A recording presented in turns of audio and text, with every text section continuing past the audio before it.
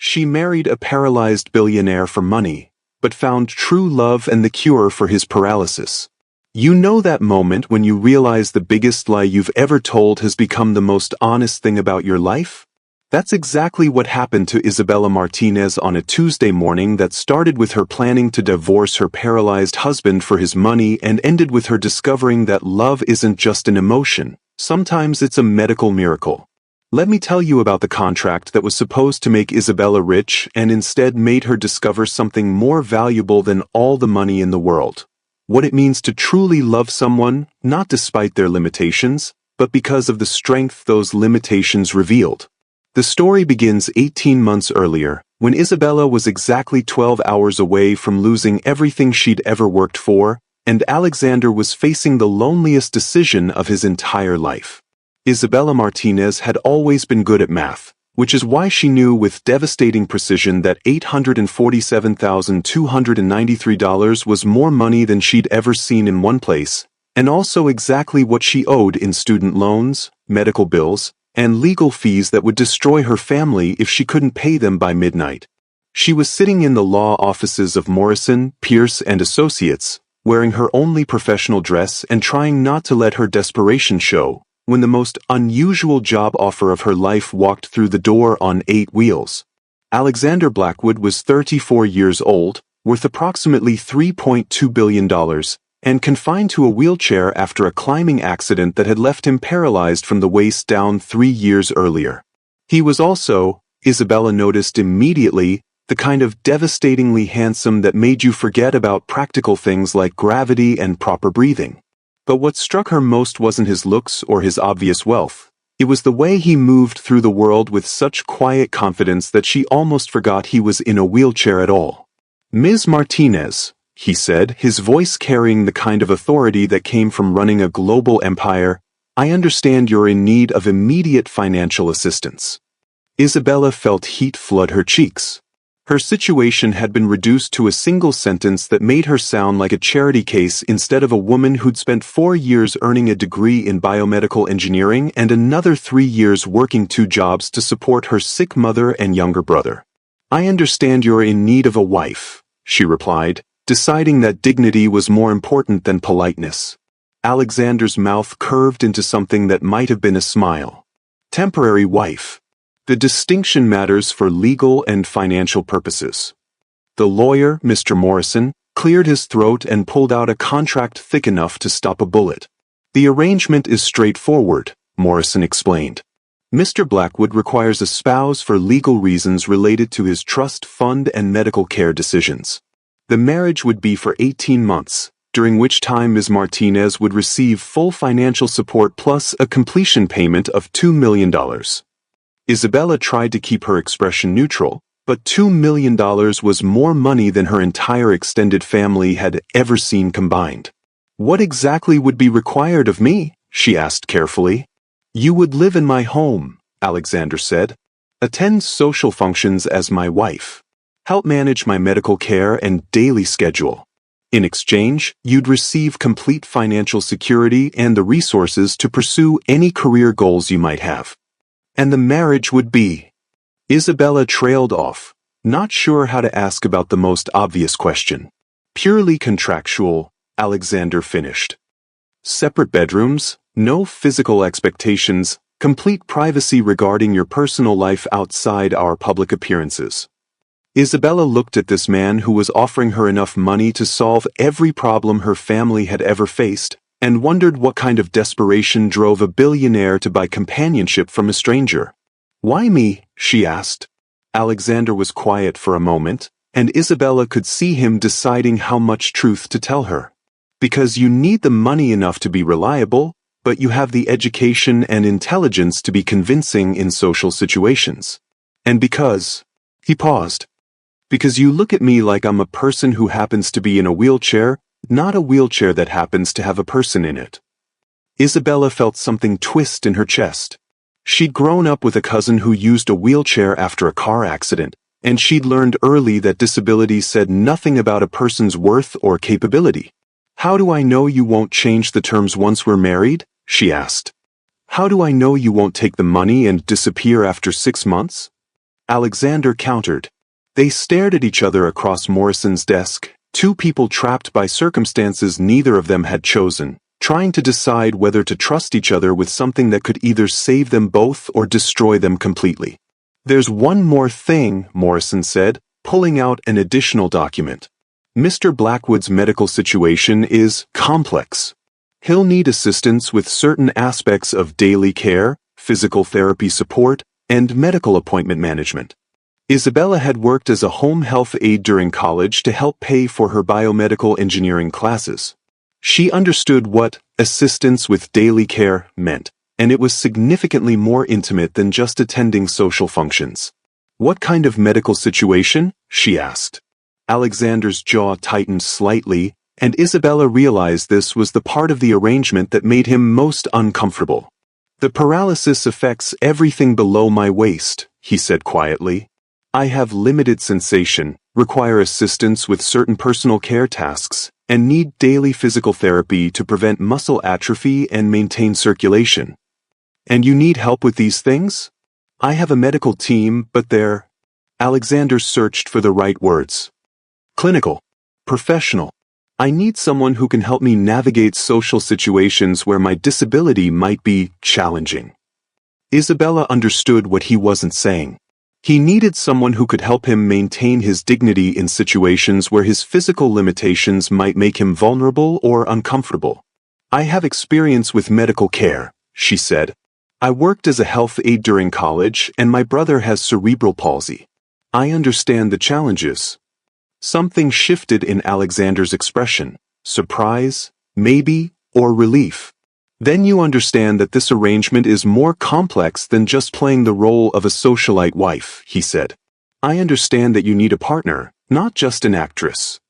Alexander looked at her for a long moment, and Isabella felt like he was seeing something in her that other people missed.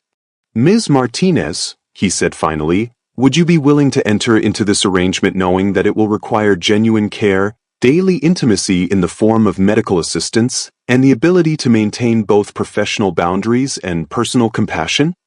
Isabella thought about her mother's medical bills, about her brother's special needs education costs, about her own student loans that were crushing her dreams of using her biomedical engineering degree to help people. She thought about Alexander Blackwood, who had everything money could buy but needed to purchase the basic human connection of having someone who cared about his well-being. "Yes," she said, "but I have some conditions of my own." "What conditions?" "First, I want to continue my research in biomedical engineering.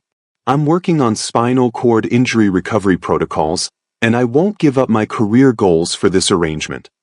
Alexander's eyebrows rose. "Spinal cord injury research?" "I'm developing new approaches to nerve regeneration and muscle re-education. It's experimental, but I believe we're on the verge of breakthrough treatments for paralysis." Isabella watched Alexander process this information, and she could see him realizing that she wasn't just someone who needed money, she was someone whose career goals aligned almost impossibly with his personal situation. "Second," Isabella continued, "I want complete honesty about your medical condition, your prognosis, and any treatments you're currently pursuing. If I'm going to help care for you, I need to understand what we're dealing with. And third, I want to know why you really need a wife. Not the legal explanation, the real reason." Alexander was quiet for a very long time, and Isabella could see him debating how much vulnerability to show a woman he'd met 20 minutes earlier. "My parents died when I was 25, he said finally. "I've been alone for almost a decade, building a company and accumulating wealth without any real personal connections. Since the accident, that isolation has become," he paused, "unbearable." Isabella felt her heart break a little for this man who had billions of dollars but no one who cared whether he was lonely. "The trust fund requirements and social expectations are real," Alexander continued, "but the actual reason I need a wife is that I'm tired of being alone. I'm tired of medical appointments where no one advocates for me, social events where people either pity me or ignore me, and going to bed every night knowing that no one in the world would notice if I didn't wake up." The honesty in his voice made Isabella's chest tighten with an emotion she couldn't quite name. "Alexander," she said quietly. If we do this, if we enter into this contract, I need you to understand that I don't do anything halfway. If I agree to be your partner, even temporarily, I will actually be your partner. I'll care about your well-being, advocate for your needs, and treat you with the respect and consideration you deserve. Even though it's just business? Isabella looked at this man who was offering her financial security in exchange for basic human companionship, and realized that maybe both of them needed something more complicated than a simple transaction. Even though it's supposed to be just business, she said. Alexander extended his hand toward her, and when Isabella shook it, she felt something that had nothing to do with money or contracts. A connection that suggested this arrangement might become significantly more personal than either of them had planned. Then we have a deal, Alexander said. As Morrison prepared the final contracts and arranged for Isabella's financial obligations to be settled immediately, Isabella realized she'd just agreed to something that would either save her family or complicate her life beyond anything she'd ever imagined. But looking at Alexander, seeing the hope in his eyes at the prospect of not being alone anymore, she couldn't bring herself to regret the decision. She just hoped that 18 months would be enough time to help him find the connection he was looking for, without losing herself in the process. What she didn't know, what neither of them knew, was that Isabella's biomedical engineering research was about to intersect with Alexander's medical condition in ways that would change not just their contract marriage, but the future of spinal cord injury treatment for millions of people worldwide. And that sometimes the most important discoveries happen not in laboratories, but in the space between two people learning to trust each other with their most vulnerable truths. 3 weeks later, Isabella Martinez became Isabella Blackwood in a small civil ceremony attended by Morrison and 2 witnesses, officially beginning a contract marriage that was supposed to be about money and convenience. But as Alexander lifted Isabella's hand to his lips after the ceremony, a gesture that was purely for show but felt devastatingly real, both of them realized they'd just committed to something that might be more dangerous than either of them had imagined. Because sometimes love doesn't start with attraction or compatibility or shared interests. Sometimes it starts with 2 broken people agreeing to help each other survive, and then discovering that survival is just the beginning of what they can build together. The real question was whether their hearts would survive 18 months of pretending to be married while slowly falling in love for real. And whether Isabella's research would find a cure for Alexander's paralysis before their contract ended and they had to decide if what they'd built together was strong enough to last without the legal agreements that had brought them together. But that's a story for the next 17 months and 3 weeks they had left to figure out whether love could bloom in the space between necessity and choice. What could possibly go wrong? You know what no one tells you about contract marriages? They require a level of intimacy that most real marriages never achieve, because pretending to care about someone while living in their space, managing their medical needs, and attending their social functions requires you to learn things about them that even their closest friends don't know. That's exactly what Isabella Blackwood discovered during her first week living in Alexander's penthouse, when she realized that the hardest part of their arrangement wasn't going to be the acting. It was going to be pretending that the genuine care she felt for him was just part of her contractual obligations. But let me tell you about the 3 days that changed everything between them, because understanding how Isabella went from thinking of Alexander as a client to thinking of him as a partner is the key to understanding why their fake marriage started feeling more real than anything either of them had ever experienced. Isabella's first morning as a billionaire's wife began at 6:30 a.m. in the most beautiful bedroom she'd ever seen, with floor-to-ceiling windows overlooking Central Park and furniture that probably cost more than her family's house. But the luxury felt hollow when she could hear Alexander's physical therapy session happening down the hall, the sound of someone working incredibly hard just to maintain the mobility he had left. She'd moved into the penthouse 3 days after their wedding, bringing 2 suitcases and a laptop containing 4 years of biomedical research that might or might not hold the key to spinal cord regeneration. Alexander had shown her around the apartment with the careful politeness of someone trying to make a business associate comfortable, but Isabella could see the vulnerability underneath his composed exterior. This was his private space, the place where he didn't have to perform strength for anyone, and now he was sharing it with a stranger who'd agreed to play his wife in exchange for money. The medical equipment is in the room next to my bedroom, Alexander had explained during the tour. Physical therapy happens every morning at 6:30 and every evening at 7. The nursing staff handles most of the clinical aspects, but if you're comfortable with it, your assistance with daily care tasks would be appreciated. Isabella had worked as a home health aide. She understood what daily care tasks meant: help with bathing, dressing, medication management, and the dozen other intimate activities that most people took for granted. But knowing the clinical aspects of care was different from providing that care for someone you were supposed to be married to.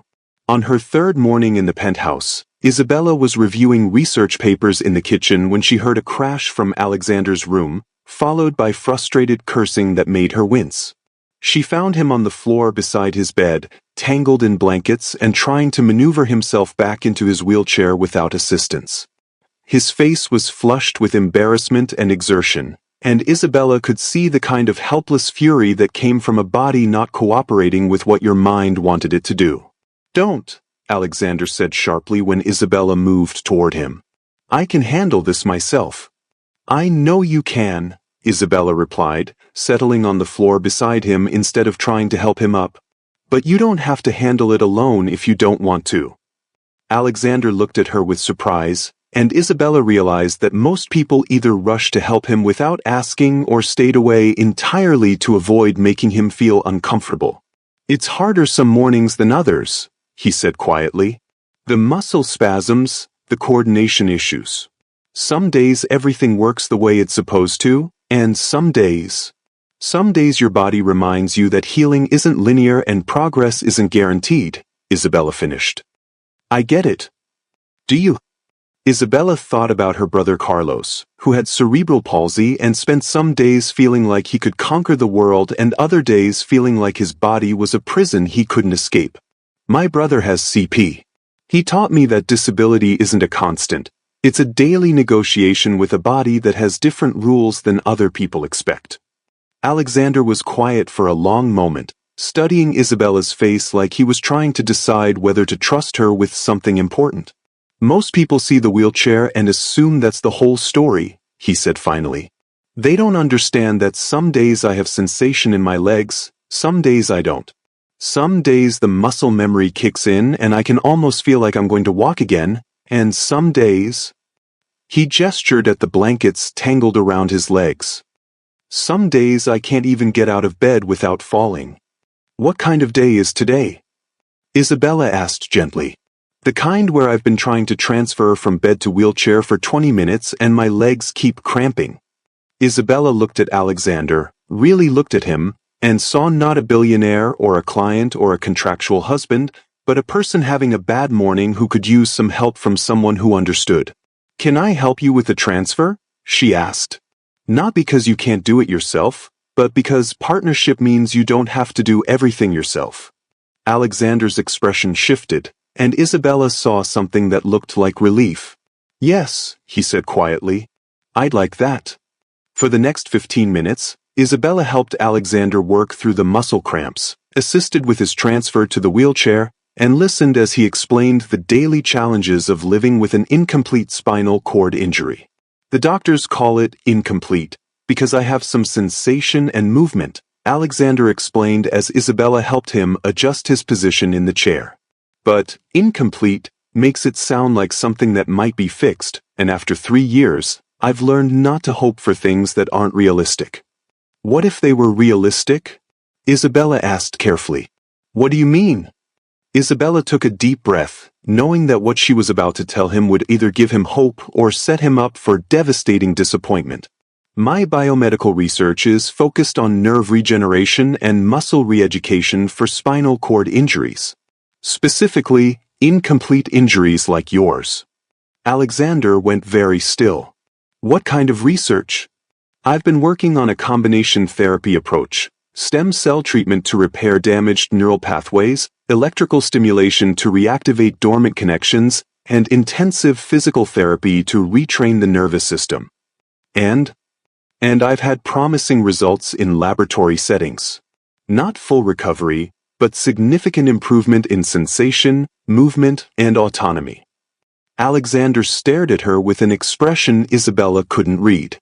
You're telling me that my contract wife happens to be researching treatments for the exact medical condition I have?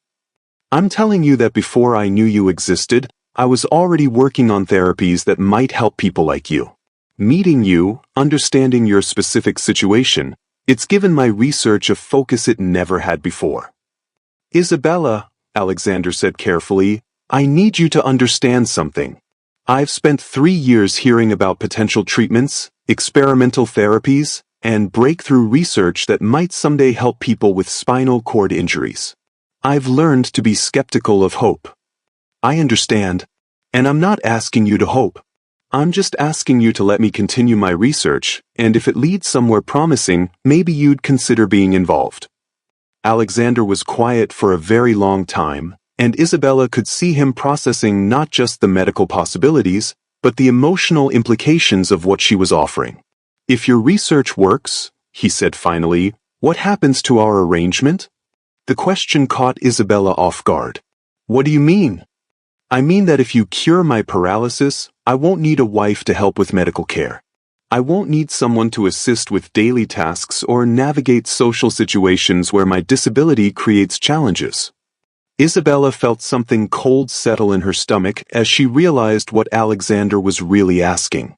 You think I'd leave if you didn't need medical care anymore? I think that our contract is based on my current limitations. If those limitations change, the foundation of our relationship changes too. Isabella looked at this man who was so used to being valued for his money that he couldn't imagine being valued for himself. Alexander, can I tell you something? What? In the 3 days I've lived here, I've watched you run a billion-dollar company from your wheelchair, advocate for disability rights legislation during conference calls, and maintain more grace and dignity in difficult situations than most people manage when everything's going their way. Alexander's expression was carefully neutral, but Isabella could see that he was listening. If my research leads to treatments that help you regain mobility, I wouldn't see that as losing the person I married. I'd see it as helping the person I married become even more of who he already is. And if the treatments don't work? Then I'd see it as 18 months with someone I respect, admire, and... Isabella paused, realizing she was about to say something that went beyond their contractual boundaries. Someone I genuinely care about, regardless of what his body can or can't do. Alexander reached for Isabella's hand, and when their fingers touched, she felt the same electric connection she'd felt when they'd shaken hands in Morrison's office. Isabella, he said quietly, I need to tell you something about this arrangement that I didn't mention in the contract. What? I'm already falling for you. Not because you're helping with my medical care or because you're researching treatments for my condition, but because you're the first person in 3 years who's seen me as a complete person instead of a collection of limitations and adaptations. Isabella felt her heart start beating faster. Alexander! I know it complicates things. I know it makes our professional boundaries messier. But I can't pretend that what I feel for you is just gratitude or convenience. Isabella looked at this man who was offering her honesty that made their contract marriage infinitely more complex and dangerous. Can I tell you something? She asked. What? I'm falling for you too. And it scares me, because I came into this arrangement thinking I could keep my emotions separate from the practical aspects of caring for you. And now I'm realizing that caring for someone and caring about someone aren't as different as I thought they were. They sat in Alexander's bedroom, surrounded by medical equipment and luxury furnishings, holding hands and acknowledging that their fake marriage was developing real feelings that neither of their contracts had accounted for. What do we do? Alexander asked. I don't know, Isabella said honestly. But I know that I want to keep doing this research, not just because it might help you, but because it might help thousands of people. And I know that I want to keep being your partner, not just because of our contract, but because I've never felt more useful or appreciated than I do when I'm helping you navigate challenges. Even if those challenges change? Especially if those challenges change. Alexander, I didn't fall for you because you need medical care. I fell for you because of how you handle needing medical care, with dignity, humor, and strength that most people couldn't manage. Alexander brought Isabella's hand to his lips and kissed her knuckles with a tenderness that had nothing to do with their contract and everything to do with the way two people learn to trust each other with their most vulnerable truths. Isabella? Yeah. What if we forget about the 18-month timeline and just see where this goes? Isabella felt something shift in her chest, not the relief of financial security, but the deeper satisfaction of finding someone who saw her not just as a solution to his problems, but as a partner worth choosing. What if we do? She said. As they made their way to the kitchen for the breakfast that had been delayed by muscle cramps and emotional revelations, Isabella realized that she'd learned something important about love during her first week as a contract wife. Love wasn't about finding someone who didn't need anything from you. Love was about finding someone whose needs aligned with what you were uniquely able to provide, and whose strengths complemented what you needed in return. Alexander needed someone who understood that disability was just one aspect of a complex person.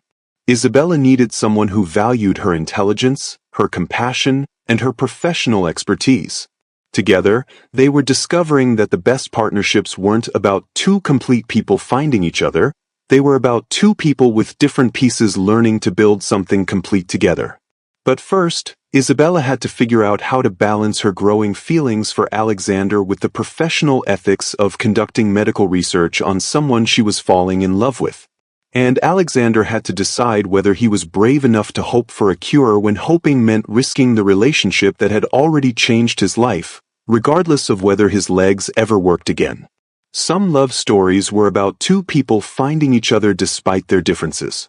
This one was about two people finding each other because their differences created exactly what the other person needed most.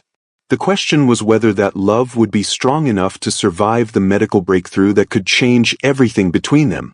But that was a challenge for another day. Today, they had breakfast to make, research to conduct, and 17 more months to figure out whether contract marriages could become the kind of love that lasted forever. You know that moment when you realize that the thing you want most in the world might destroy the person you love most in the world? That's exactly where Isabella Blackwood found herself at 2:17 a.m. on a Thursday night, 6 months into her contract marriage, staring at research data that could either give Alexander his legs back or kill him in the process.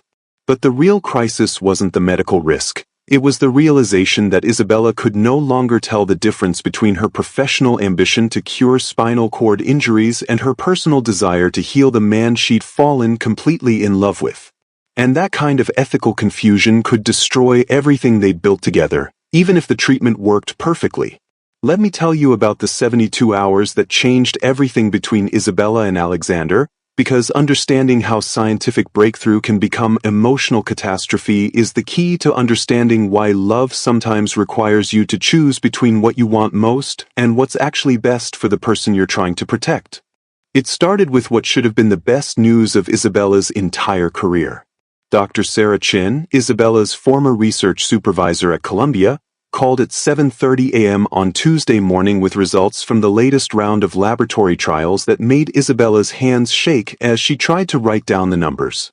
Isabella, I don't know how you did it, but your modified stem cell protocol is showing unprecedented results, Sarah said, her voice crackling with the kind of excitement that came from witnessing genuine scientific breakthrough. We're seeing 87% neural pathway regeneration in test subjects, 94% improvement in electrical conductivity measurements, and full motor function recovery in 73% of cases. Isabella was standing in Alexander's kitchen, coffee mug frozen halfway to her lips, trying to process numbers that were almost too good to believe. What about the side effects? She asked carefully. That's the incredible part. The side effects are minimal. Some inflammation at the injection sites, temporary fatigue during the initial regeneration phase, but nothing approaching the complications we usually see with experimental spinal treatments. Isabella felt her heart start beating faster. Sarah, are you telling me that we're ready for human trials? I'm telling you that the FDA Fast Track Approval Committee wants to meet with you next Thursday to discuss immediate clinical trial authorization. Isabella, we're talking about the first treatment in history with the potential to cure complete and incomplete spinal cord injuries. After hanging up, Isabella sat in the kitchen for 20 minutes, staring at her research notes and trying to process what this meant for her career, for millions of people with spinal cord injuries, and most importantly, for Alexander. She'd done it. After 4 years of research, countless failed experiments, and more late nights than she could count, she'd potentially developed a cure for the condition that had shaped the last 3 years of Alexander's life. She should have been ecstatic. Instead, she felt terrified. Because curing Alexander meant their entire relationship would have to be reevaluated. The contract marriage that had brought them together was based on his need for medical care and assistance with daily living. If those needs disappeared, what would be the foundation of their partnership? More importantly, Isabella was starting to realize that her feelings for Alexander were so strong that she could no longer trust her own judgment about his treatment. Was she pushing for human trials because it was the right medical decision, or because she wanted to be the woman who gave Alexander his legs back? And what if the treatment failed? What if it worked partially but created complications that made his quality of life worse than it was now? What if loving someone made you incapable of making objective medical decisions about their care? Isabella was still wrestling with these questions when Alexander emerged from his morning physical therapy session, looking relaxed and happy in the way that came from a good workout and the satisfaction of maintaining the mobility he had. "You look like someone who got interesting news," he said, maneuvering his chair to the coffee maker with the fluid efficiency that Isabella had learned to associate with his good days. "I got very interesting news," Isabella said carefully. "Good interesting or complicated interesting?" Isabella looked at this man who'd become her partner in every sense that mattered, and realized she was about to have the most difficult conversation of their relationship. "Both," she said. "Alexander, I need to tell you about my research results." For the next hour, Isabella explained the laboratory data, the FDA fast-track approval process, and the possibility that within 6 months, there could be a treatment available that might restore his mobility completely. Alexander listened without interrupting, his expression carefully controlled in the way Isabella had learned meant he was processing information that had profound implications for his life. "What are the risks?" he asked when she finished. "Every medical treatment has risks. The stem cell injections could cause immune responses, the electrical stimulation could damage existing neural pathways, the regeneration process itself could create complications we haven't anticipated." "What kind of complications?" Isabella took a deep breath, knowing that complete honesty was the only ethical approach, even if it was the hardest one. In worst-case scenarios, the treatment could cause complete loss of the sensation and movement you currently have. It could create chronic pain conditions. It could cause organ dysfunction or immune system failures that would be life-threatening. Alexander was quiet for a long moment. "What are the chances of those worst-case scenarios?" "Less than 5%, based on laboratory results." "But Alexander, 5% means that 1 in 20 people who receive this treatment could experience serious complications. And the chances of significant improvement? 73% chance of full motor function recovery. 94% chance of some degree of improvement in sensation and movement." Alexander wheeled his chair to the window overlooking Central Park, and Isabella could see him watching people walk, run, and move through the world with the kind of easy mobility he'd lost 3 years earlier. "Isabella," he said without turning around, "I need to ask you something, and I need you to be completely honest with me." "What?" "Are you recommending this treatment because it's the best medical decision for my situation, or because you want to be the woman who cures my paralysis?" The question hit Isabella like a physical blow, because it forced her to confront the ethical confusion she'd been trying to ignore. "I don't know," she said quietly. "And that's the problem." Alexander turned his chair to face her, and Isabella saw something in his eyes that looked like disappointment mixed with understanding. "Isabella, I fell in love with you because you see me as a complete person regardless of my physical limitations. But if you're pushing experimental treatments because you can't accept me the way I am..." "That's not what this is," Isabella interrupted. "Alexander, I love you exactly as you are. This research isn't about fixing something broken, it's about giving you options you didn't have before. But it's also about your career, isn't it?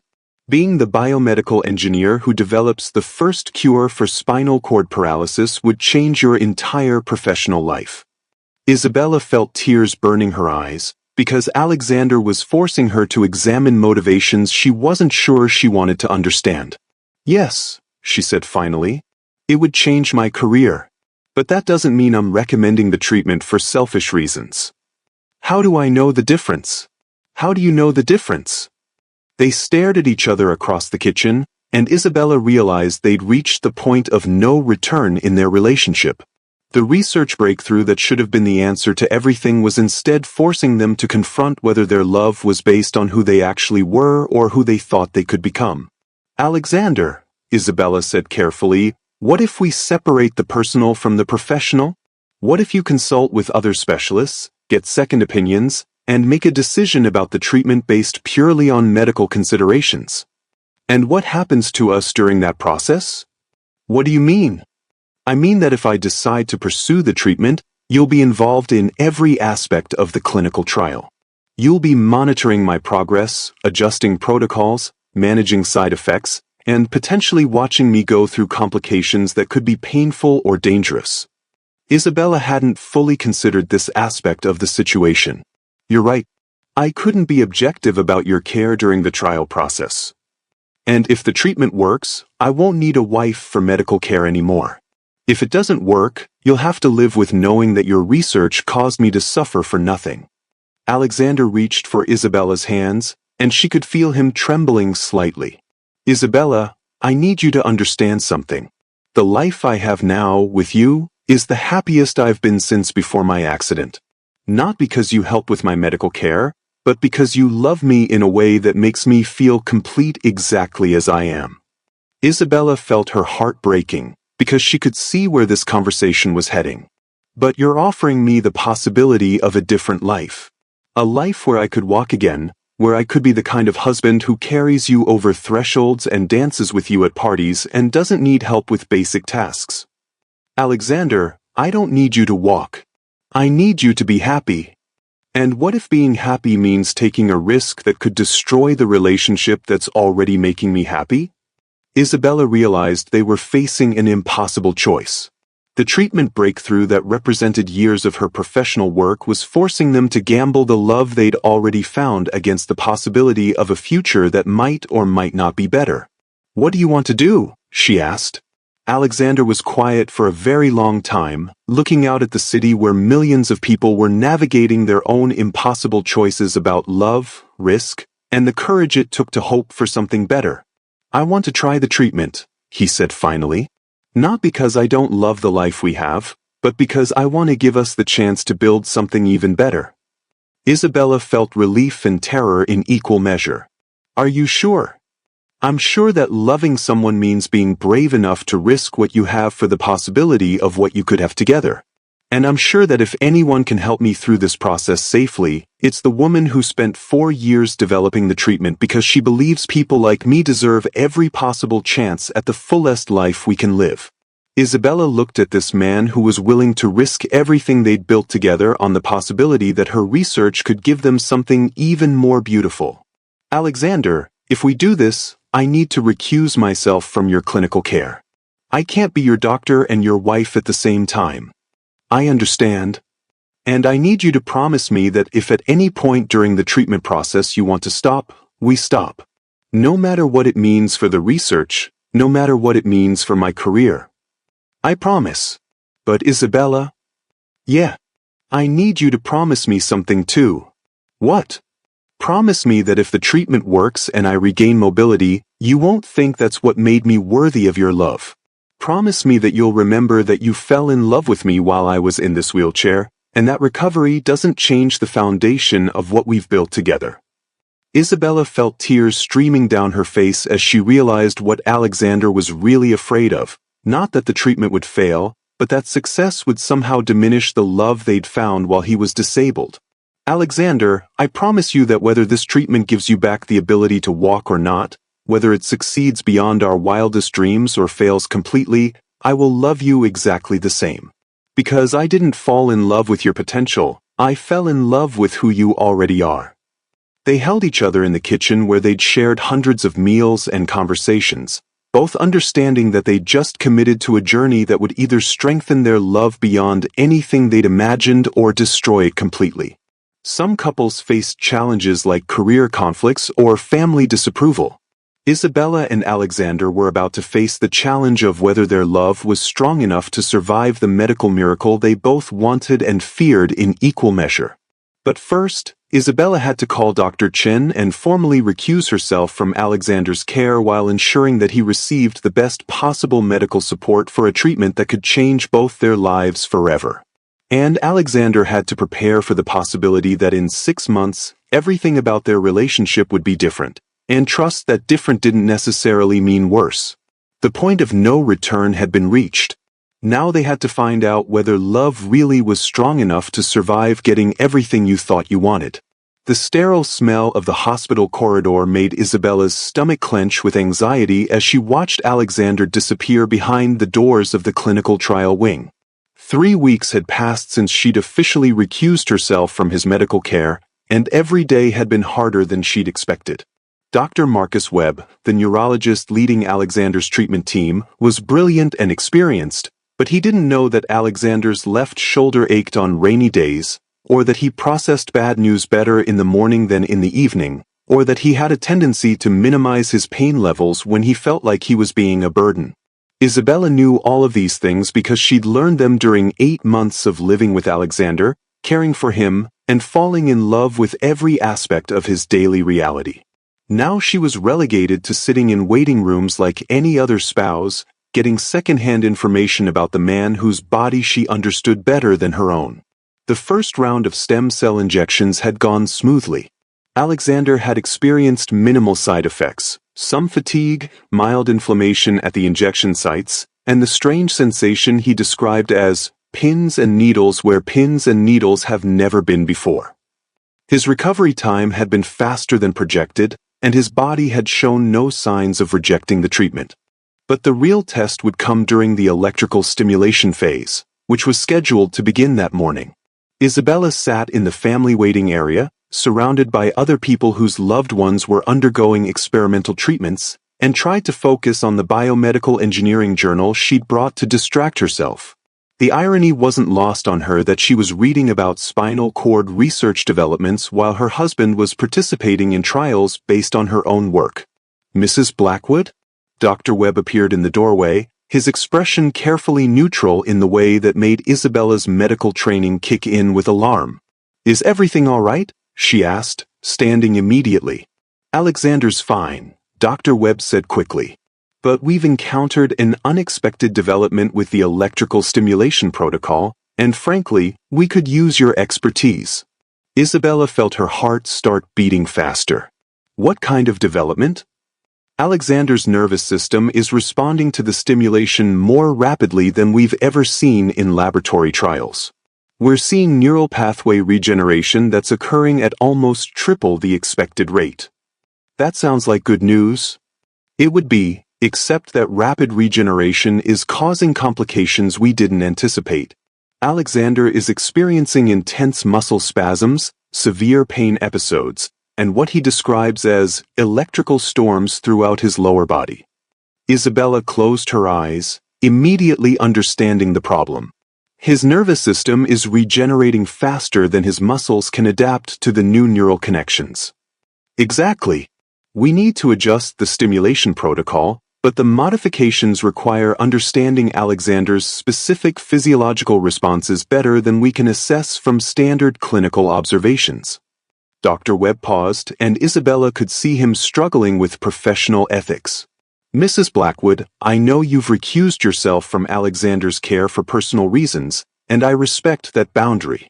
But Alexander is asking for you specifically, and frankly, your understanding of both the treatment protocol and his individual medical history might be essential for managing these complications safely."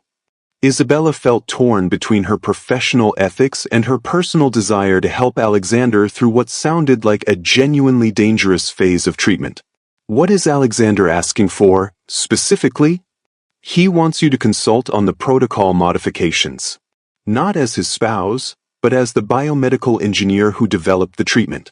He says he trusts your judgment about the research more than anyone else's. Isabella thought about Alexander lying in a hospital bed, experiencing pain and complications that her research had caused, asking for her help not because she was his wife, but because she was the scientist who best understood what was happening to his body. Dr. Webb, if I consult on the protocol modifications, I need to be clear that my recommendations will be based purely on medical considerations, not on my personal relationship with Alexander. I understand. And Alexander needs to understand that if my professional judgment is that we should discontinue the treatment, that's what I'll recommend, regardless of how disappointed he might be. He's already said he trusts your professional judgment completely. Isabella followed Dr. Webb down the corridor toward Alexander's room, trying to shift from the mindset of a worried spouse to the mindset of a biomedical engineer consulting on a complex case. She found Alexander propped up in bed, looking exhausted but alert. His legs were covered by monitoring equipment that tracked muscle activity and neural responses, and Isabella could see from the readouts that his nervous system was indeed regenerating at an unprecedented rate. "Hey," Alexander said when he saw her, his voice carrying relief and something that looked like apology. "I'm sorry to drag you into this when you were trying to maintain professional boundaries. How are you feeling?" Isabella asked, moving immediately into clinical assessment mode. "Like someone's running electrical current through my legs while simultaneously hitting them with hammers," Alexander said with a weak smile. "But also like I can feel things I haven't felt in 3 years." Isabella looked at the monitoring equipment and the pain management readings, quickly calculating the implications of what she was seeing. "Alexander, your nervous system is regenerating neural pathways faster than we've ever documented. That's creating a situation where your brain is receiving sensation signals from areas that have been dormant for years, but your muscles aren't prepared to handle the new neural connections. Is that dangerous?" Isabella glanced at Dr. Webb, who nodded encouragingly. "Could be. Rapid neural regeneration without proper muscle adaptation can cause permanent nerve damage, chronic pain conditions, or complications that could leave you worse off than before treatment." Alexander was quiet for a moment, processing this information. "What do you recommend?"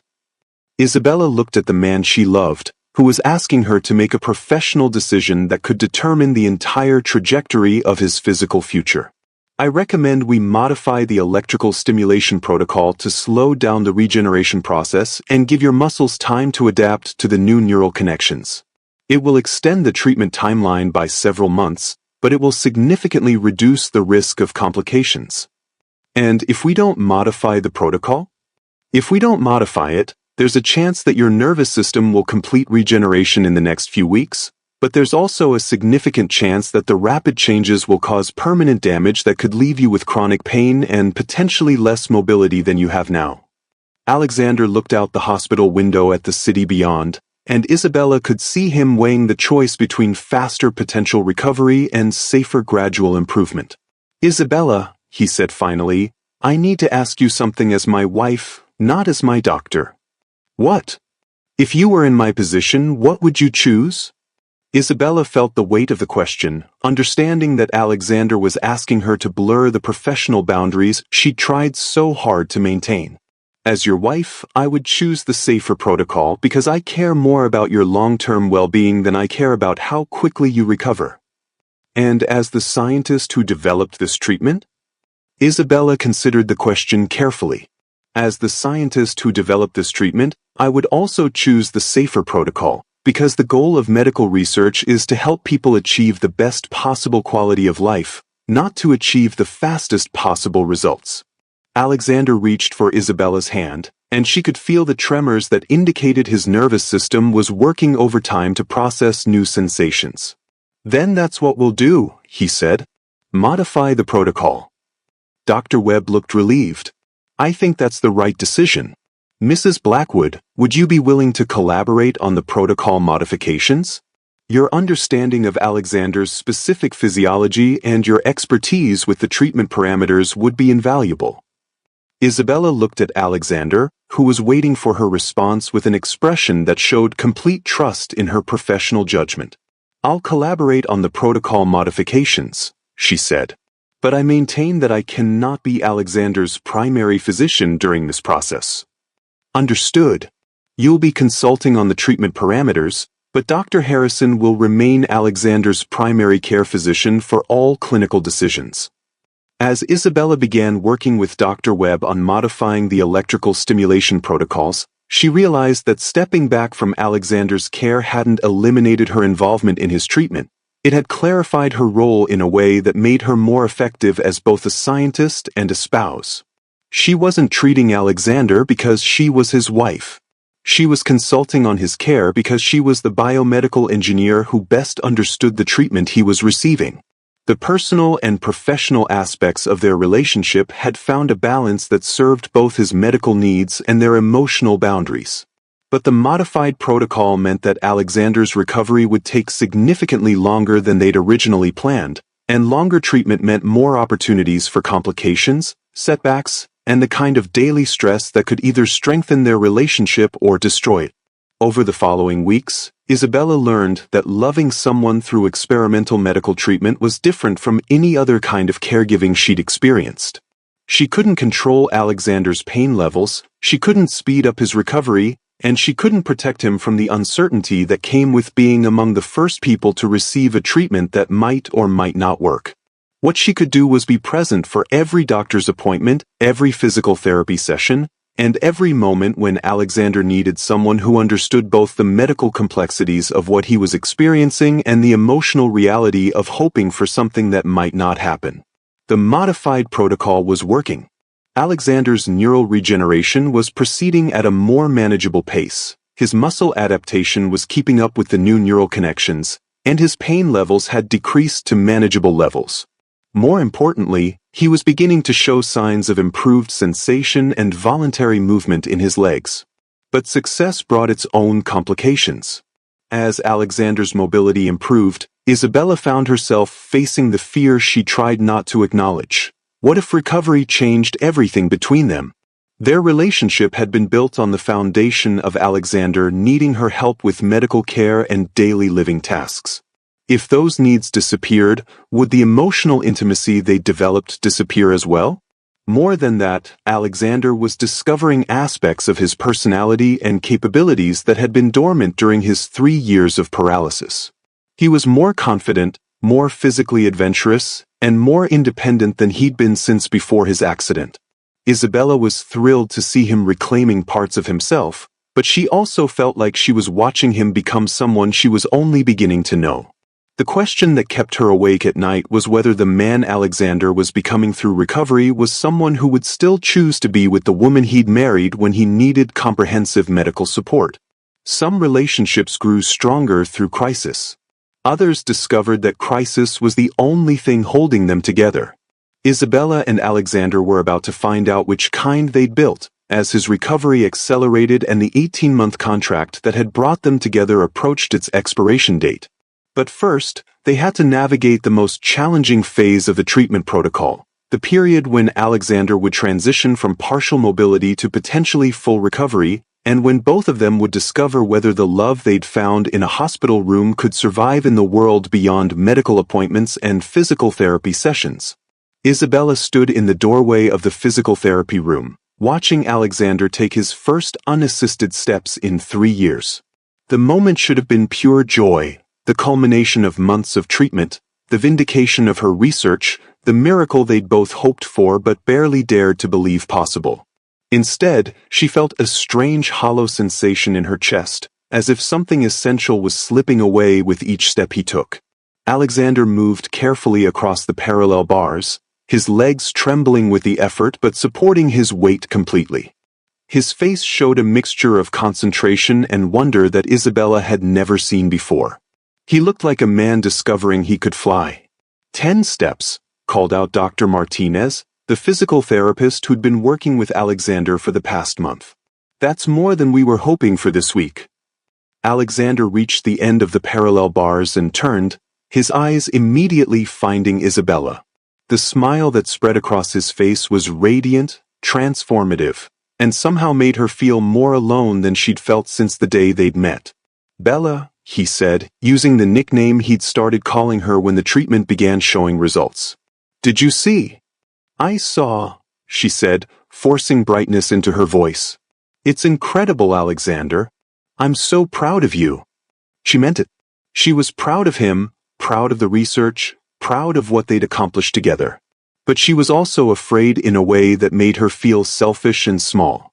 Over the past 2 weeks, as Alexander's mobility had improved dramatically, Isabella had watched him rediscover parts of his personality that had been buried during his years of adjustment to paralysis.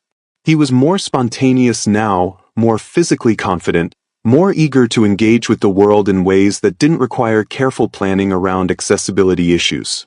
He'd started talking about traveling to places that hadn't been wheelchair accessible, about returning to the rock climbing that had caused his original accident, about all the things he'd given up hoping for when he'd accepted that paralysis would be permanent. Isabella supported all of it. She wanted Alexander to reclaim every dream and possibility that recovery could offer him. But she also couldn't shake the feeling that the man she'd fallen in love with, the man who'd needed her, who'd built their relationship around the intimate partnership of managing his medical care, was disappearing with each improvement in his condition. I have some news, Alexander said as they left the physical therapy session. He was walking with a cane now, moving slowly but steadily. Dr. Webb says that if I continue progressing at this rate, I'll be cleared for normal activities within 6 weeks. That's wonderful, Isabella said, and she meant it even as her heart clenched with anxiety. And, Alexander continued, his voice carrying an excitement she hadn't heard since before his accident, I've been talking to my business partners about that expedition to Nepal I had to cancel 3 years ago. The one where I fell. Isabella stopped walking. You want to go back to climbing? Not immediately. But eventually. Bella, I'm getting my life back. My whole life, not just the adapted version I've been living. He turned to face her, and Isabella could see that he was practically glowing with possibility and hope. We could travel together now. Real travel, not just accessible destinations. We could hike, we could explore places we've never seen, we could... He paused, seeming to notice her expression. What's wrong? Isabella looked at this man who was offering her adventures she'd never dreamed of, and tried to identify the source of the fear that was making it hard to breathe. Nothing's wrong, she said. I'm just processing how much is changing. They walked the rest of the way home in relative silence, Alexander absorbed in plans for his expanding future and Isabella wrestling with questions she didn't know how to ask. That evening, as Alexander worked through his exercises in their home gym, Isabella found herself standing in his original bedroom, the one equipped with all the medical equipment and accessibility features that he no longer needed. The room felt like a monument to a life that was ending. The hospital bed that allowed for easy transfers, the ceiling-mounted lift system, the shower chair, the dozens of adaptive devices that had made Alexander's daily routine manageable, all of it was becoming obsolete as his recovery progressed. She heard footsteps behind her and turned to find Alexander in the doorway, standing without his cane. I've been thinking about remodeling, he said. Converting this back to a regular guest bedroom, maybe an office. I don't need any of this equipment anymore. Isabella nodded, trying to smile. That makes sense. Alexander studied her face with the careful attention he'd developed during their months together. Bella, what's bothering you? And don't say nothing, because I've learned to read your expressions better than anyone's. Isabella sat down on the edge of the hospital bed, surrounded by equipment that represented the foundation of their relationship. Can I ask you something? She said. Anything. When you think about our relationship now, about what we've built together, what do you think it was really based on? Alexander moved into the room, settling into the wheelchair that he still used when he was tired, more out of habit than necessity. I think it was based on us needing each other in different ways and discovering that meeting those needs created something neither of us expected. And now that you don't need me in the same ways? Alexander was quiet for a long moment, and Isabella could see him processing the real question she was asking. Bella, Are you worried that my recovery is going to change how I feel about you? I'm worried that your recovery is going to change who you are, and that the person you become might not choose to be with someone whose main qualification was understanding your medical needs. The words came out more honestly than Isabella had intended, laying bare the insecurity that had been growing with each milestone in Alexander's recovery. Alexander wheeled the chair closer to where she was sitting. Isabella, can I tell you something that might sound strange? What? The person I'm becoming through recovery isn't different from who I was when we met. It's who I was before my accident, but with everything I learned about myself during the 3 years I was paralyzed. Isabella looked at him questioningly. I learned patience during those 3 years. I learned to ask for help. I learned to appreciate small improvements and celebrate incremental progress. I learned that strength isn't about what your body can do, it's about how you handle the things your body can't do. Alexander reached for her hands. But most importantly, I learned the difference between someone who helps you because they're paid to and someone who helps you because they choose to. The difference between someone who sees you as a problem to be managed and someone who sees you as a person worth knowing. Alexander, I'm not becoming someone different, Bella. I'm becoming someone who has all the capabilities I used to have, plus all the wisdom I gained from learning to live without them. And the most important thing I learned was how to recognize genuine love when it shows up in my life. Isabella felt tears starting to form. But the foundation of our relationship wasn't my medical needs. It was the fact that you saw me as a complete person who happened to need medical care, not as medical needs that happened to be attached to a person. Alexander moved from the wheelchair to sit beside her on the hospital bed. When I'm walking and hiking and traveling and doing all the things I couldn't do before, I'm not going to need someone who understands spinal cord injury care. But I'm still going to need someone who understands me. Someone who knows that I process difficult news better in the mornings, someone who can tell when my shoulder aches from old injuries, someone who knows that I get overwhelmed by too many people and recharged by quiet conversations. Isabella looked around the room full of medical equipment that was becoming obsolete. I'm going to need someone who fell in love with who I actually am, not who I might become or who I used to be. And Bella, that someone is you. But what if recovery changes you in ways we don't expect? What if you rediscover parts of your personality that aren't compatible with the life we've built together?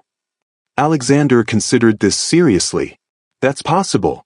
Recovery might reveal aspects of my personality that have been dormant for 3 years. But it might also reveal aspects of your personality that you haven't discovered yet. What do you mean? I mean that you fell in love with me when I needed comprehensive care and support. But you've never had the chance to discover what it's like to be loved by someone who can take care of you for a change. Isabella felt something shift in her understanding. I've spent 3 years being the person who provides care and support, Alexander continued. But I've never been able to be the person who makes sure you're eating well, or who notices when you're tired from working too hard, or who plans surprises for you just because I want to see you smile.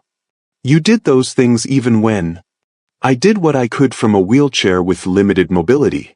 But Bella, imagine what I could do for you when I can walk to the kitchen to make you breakfast, when I can carry groceries so you don't have to, when I can plan trips to places you've always wanted to see. Isabella realized that she'd been so focused on losing her role as Alexander's caregiver that she hadn't considered gaining a role as someone who could be cared for in return. Are you saying that recovery might make our relationship more balanced instead of less connected? I'm saying that recovery might give us the chance to discover what we're like as partners when both of us are operating from strength instead of need. Alexander stood up and extended his hand to Isabella. Come with me. I want to show you something. Isabella followed him through the penthouse to his office, where he pulled out a folder she'd never seen before. What is this? She asked. It's a contract, Alexander said. A new one. Isabella's heart stopped. Alexander, if you're planning to end our marriage, I'm planning to begin it, he interrupted. Really begin it, without the 18-month timeline or the financial arrangements or any of the legal structures that brought us together out of necessity. He opened the folder to reveal documents that looked nothing like their original contract. This is a prenuptial agreement that ensures your financial security regardless of what happens between us, eliminates any suggestion that you married me for money, and establishes that if we stay together, it's because we choose each other every day. Isabella stared at the documents, trying to process what Alexander was offering. You want to remarry me? I want to marry you for the first time. Really marry you, not as a solution to our separate problems, but as a commitment to building something together that's bigger than either of our individual lives.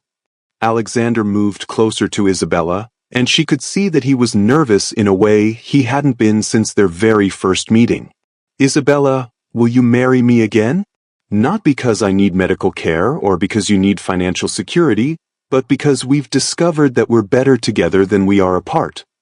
Isabella looked at the contract that would free them both from the practical arrangements that had brought them together, and realized that Alexander was offering her something she'd never had before, the chance to choose love purely for itself. What about the 18 months? She asked. What about them?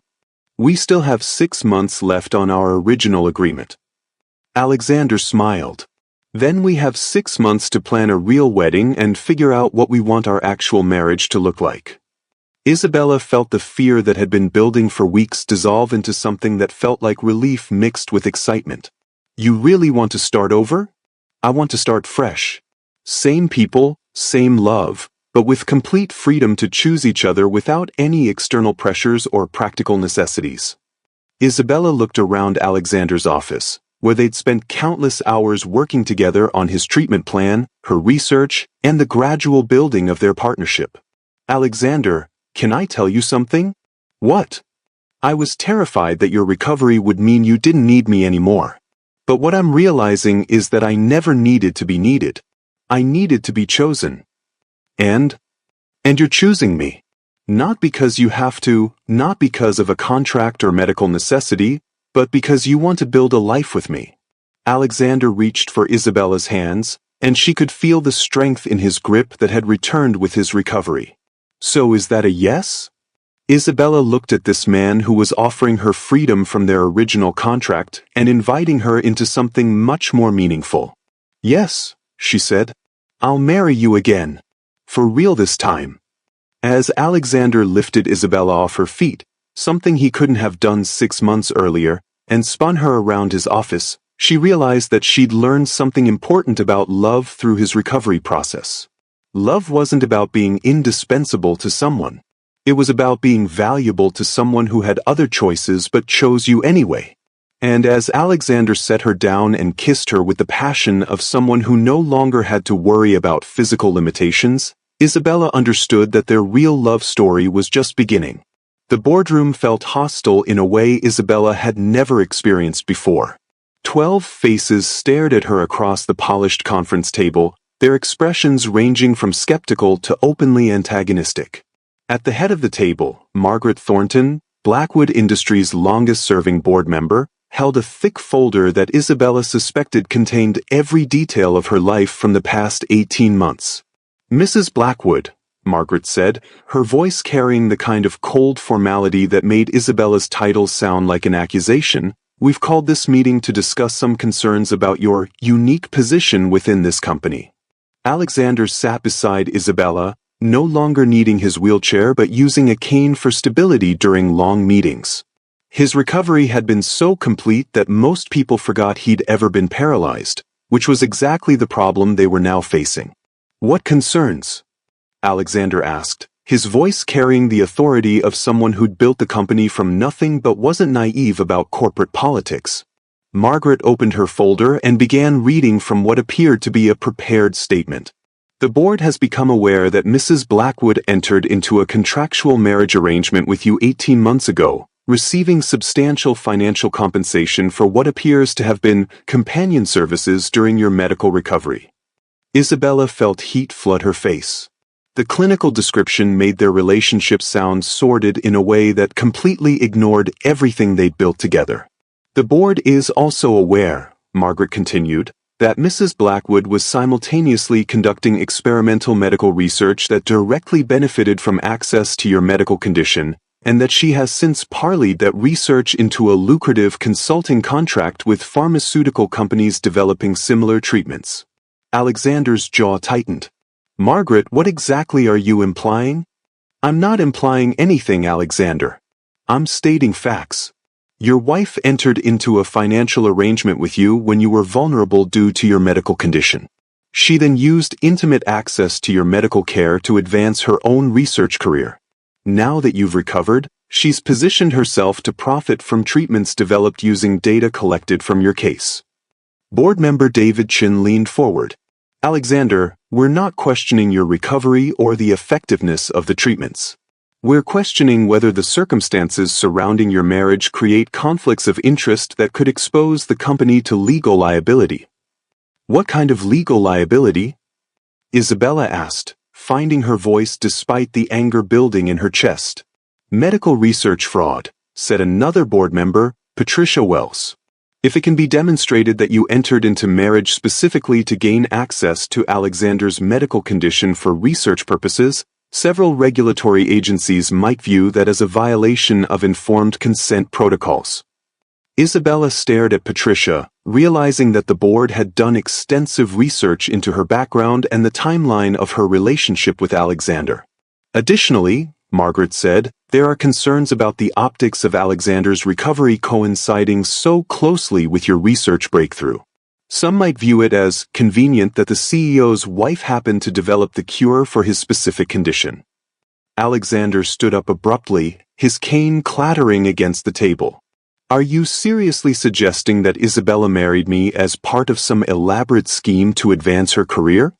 We're suggesting, Margaret replied calmly, that the appearance of impropriety could damage the company's reputation and Alexander's credibility as a leader. Particularly now that you're preparing to take on more active leadership roles that require extensive travel and physical demands. Isabella felt something cold settle in her stomach as she realized what the board was really saying. You want me to step away from my research, she said. We want you to consider whether your continued involvement in spinal cord injury research, given your unique access to Alexander's medical records and recovery process, might create complications for both your career and Alexander's position as CEO. Alexander moved behind Isabella's chair, his hand resting on her shoulder in a gesture of support that felt protective and defiant. Let me make something clear, he said, his voice carrying the kind of quiet authority that had made him successful in business. Isabella didn't marry me for research access. She married me because I needed a partner and she needed financial security. The fact that her research expertise aligned with my medical condition was coincidental, not calculated. Can you prove that? Asked David Chin.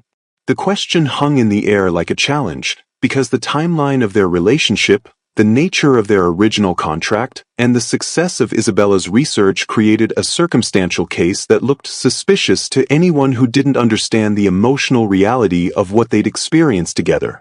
I can prove, Alexander said carefully, that Isabella recused herself from my direct medical care when ethical questions arose. I can prove that she consulted on my treatment protocol only at the request of my medical team, not for personal research benefit. And I can prove that her research was ongoing for years before she met me. Margaret smiled with the satisfaction of someone about to play their strongest card. What you can't prove, Alexander, is that your emotional attachment to Isabella isn't influencing your judgment about these potential conflicts of interest. She pulled out another document from her folder. The board has prepared a resolution that would require Isabella to divest from any spinal cord injury research activities, forfeit any intellectual property rights related to treatments derived from your medical case, and sign a comprehensive non-disclosure agreement regarding your medical information. Isabella felt like she'd been punched in the stomach. They were asking her to give up 4 years of research, the potential to help thousands of people with spinal cord injuries, and any professional credibility she'd built in her field. In exchange, Margaret continued, the board is prepared to provide Isabella with a substantial settlement that would ensure her financial security regardless of the future of your marriage. Alexander's hand tightened on Isabella's shoulder. You're trying to buy her silence and eliminate any suggestion of impropriety by essentially forcing her out of her career. We're offering her a generous compensation package in exchange for avoiding potential legal complications that could damage the company, Patricia corrected. Isabella stood up, her legs shaking with anger and betrayal. You're asking me to choose between my professional life and my husband's career. We're asking you to consider the greater good, Margaret replied. Alexander's leadership is essential to this company's continued success. The appearance of impropriety surrounding your research and marriage could undermine shareholder confidence and expose the company to regulatory investigations. Isabella looked around the table at people who had worked with Alexander for years, people who had benefited from his leadership and vision, people who were now willing to destroy her career to protect their own interests. What if I refuse? She asked. Margaret's expression grew cold. Then the board would be forced to consider whether Alexander's judgment has been compromised by personal considerations, and whether his continued leadership is in the best interests of the company and its shareholders. The threat was clear.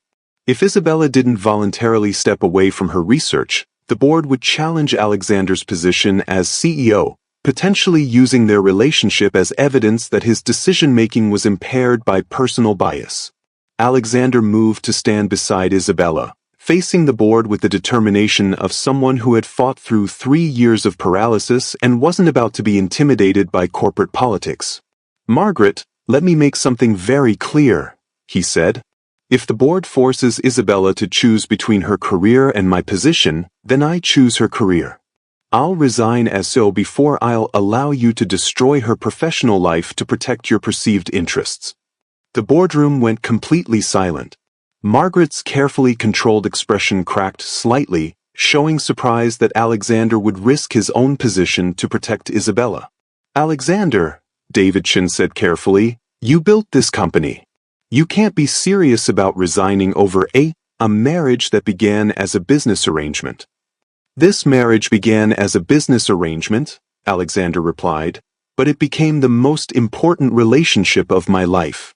And Isabella's research has the potential to help millions of people with spinal cord injuries. If you think I'm going to sacrifice either of those things to avoid bad publicity, you don't know me as well as you think you do. Isabella felt tears burning her eyes, not from sadness but from overwhelming gratitude for Alexander's willingness to risk everything he'd built to protect her career. But she also realized that accepting his sacrifice would destroy him in exactly the way the board hoped to avoid. If Alexander resigned to protect her, he'd lose the company he'd spent his entire adult life building, and she'd lose the respect of the medical community for being the woman whose marriage had cost a brilliant CEO his career. Alexander, she said quietly, can I have a moment alone with the board? Alexander looked at her with confusion and concern. Bella, you don't have to. I need to speak with them alone. Please. Alexander squeezed her hand and left the boardroom, closing the door behind him with obvious reluctance. Isabella turned to face the 12 people who held the power to destroy either her career or Alexander's, depending on the choice she made in the next few minutes. You want me to walk away from my research, she said. We want you to consider the broader implications of your position, Margaret replied. No. You want me to disappear so that Alexander's recovery looks like a medical miracle instead of the result of his wife's professional expertise. You want to erase the suggestion that a woman's scientific work was responsible for curing a powerful man's disability. Patricia shifted uncomfortably. Mrs. Blackwood, that's not. That's exactly what this is, Isabella interrupted. You're threatened by the narrative that Alexander's recovery was due to his wife's research because it makes him look dependent on someone else's expertise instead of triumphant through his own strength. Isabella moved around the table, making eye contact with each board member. But here's what you don't understand about Alexander and me.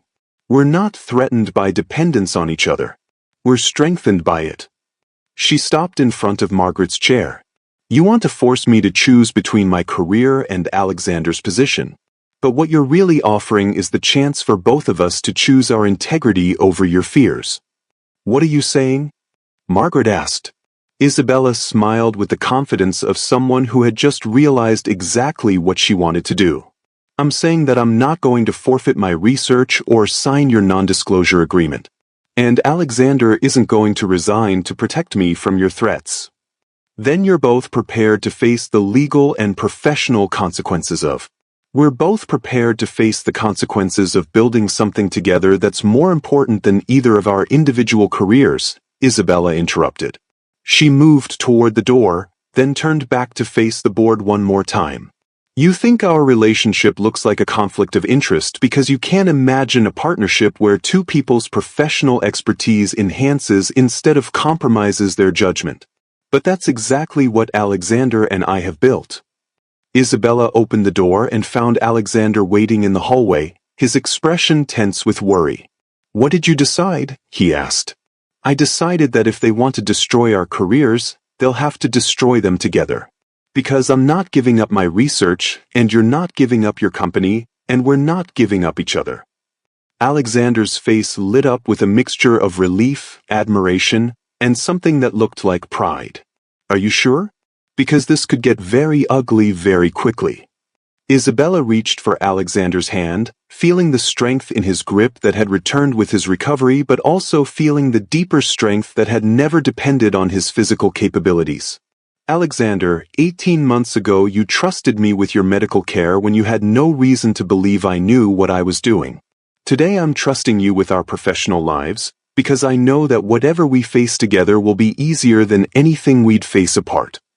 As they walked away from the boardroom, leaving 12 very angry board members to contemplate their next move, Isabella realized that she and Alexander had just chosen love over safety in the most dramatic way possible. They'd refused to sacrifice either of their careers to placate people who saw their relationship as a threat to conventional power structures. Instead, they'd chosen to fight for the right to be partners whose professional expertise enhanced rather than compromised their personal relationship. Some couples faced challenges like disapproving families or career conflicts. Isabella and Alexander were about to face the challenge of proving that their love was strong enough to survive coordinated attacks from people with unlimited resources and powerful motivations to destroy their reputations.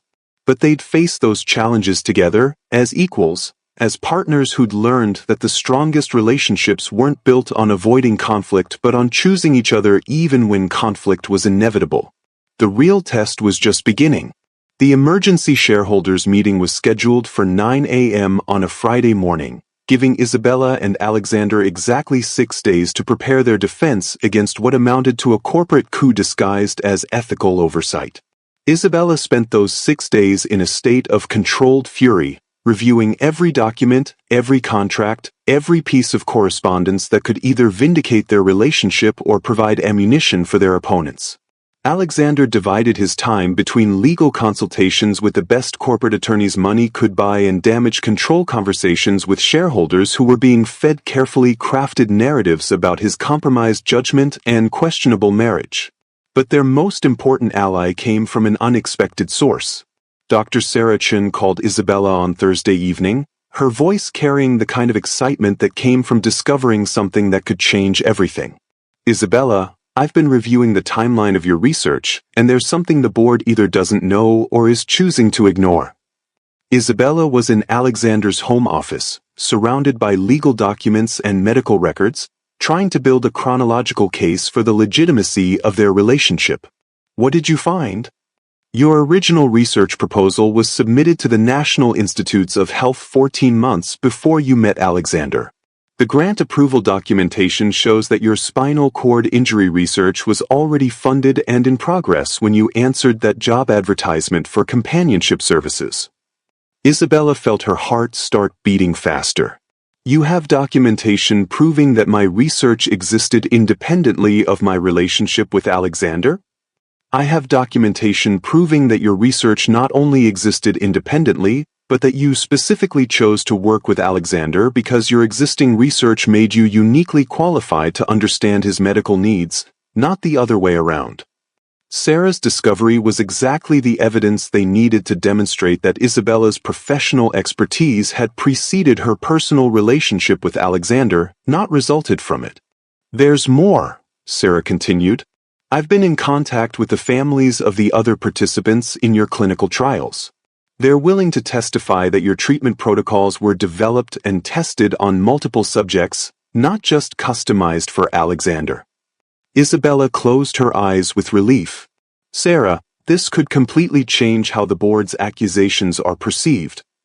Isabella, this doesn't just change how the accusations are perceived. This proves that the accusations are factually incorrect. That Friday morning, the Blackwood Industries conference room was packed with shareholders, board members, legal representatives, and media personnel who had somehow gotten word of the internal conflict threatening one of the city's most successful companies. Isabella sat beside Alexander at the head of the table, both of them wearing their most professional attire and expressions of calm confidence that belied the anxiety they were both feeling. Margaret Thornton called the meeting to order and immediately launched into a prepared statement that painted Isabella as a calculating opportunist who had exploited Alexander's medical vulnerability for personal gain. The evidence suggests a pattern of behavior that calls into question not only Mrs. Blackwood's motivations, but Mr. Blackwood's judgment in allowing personal relationships to influence corporate leadership decisions. Margaret presented a timeline that made Isabella's research success look suspiciously convenient, her marriage to Alexander appear financially motivated, and Alexander's recovery seem like the result of preferential treatment rather than legitimate medical breakthrough. Several shareholders asked pointed questions about the potential legal liabilities of allowing a CEO's wife to profit from research conducted using the CEO's medical condition. The implications were clear: either Isabella was removed from her research role, or Alexander was removed from his leadership position. When Margaret finished her presentation, Alexander stood to address the room. Ladies and gentlemen, you've heard accusations that my marriage to Isabella represents a conflict of interest that has compromised my judgment and exposed this company to legal risk. You've heard suggestions that Isabella married me to advance her research career, and that her subsequent professional success is therefore illegitimate. Alexander paused, making eye contact with shareholders he'd worked with for years. I'm here to tell you that those accusations are not only false, but they fundamentally misunderstand both the nature of our relationship and the chronology of Isabella's professional achievements. He gestured toward Isabella, who stood and approached the presentation screen.